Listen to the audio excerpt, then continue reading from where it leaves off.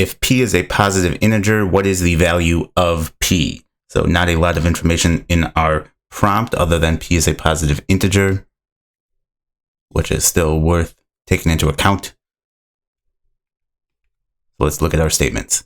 Statement 1 says p over 4 is a prime number. So what is this telling us? So this is telling us p over 4 is equal to 2 or 3 or 5 or 7 or 11, 13, 17, etc., right? These are our prime numbers. So p over 4 is equal to one of these guys. But I don't care about p over 4, right? I care about p. So maybe I should put this in terms of what is this telling me about p? And so p over 4 is equal to one of these. So p should be equal to, I just sort of multiply each of these guys by 4. So p could be equal to 8, 12, 20, 28, 44, 52. What's 17 times 4? Is that 68?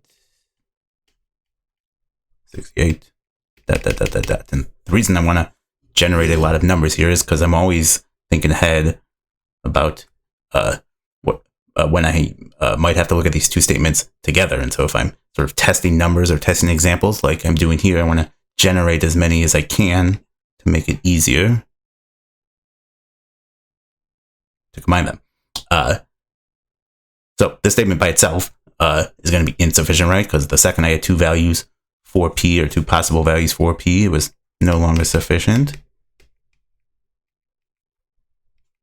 But still, I didn't want to move on just then because I'm always thinking ahead. Statement 2 says p is divisible by 3, and so this is going to be insufficient. But again, let's write out what some possible values for p. So this is telling us p can be 3, 6, 9, 12, 15, 18, 21, 24, 27, 30, etc.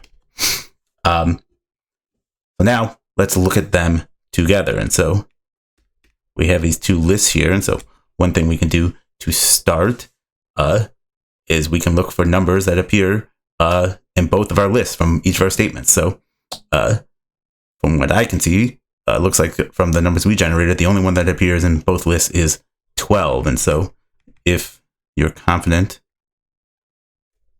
in your testing numbers abilities, you might just say, okay, this is sufficient, but you would only sort of be 80% confident. So let's maybe think about this a little bit more to see if this is in fact the only number p can be. So what is statement 1 telling us?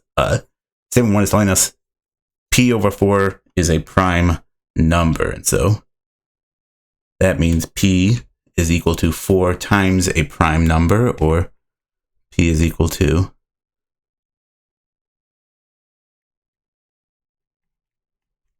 2 2s times a prime number. And a prime number is a number that is only divisible by itself and 1.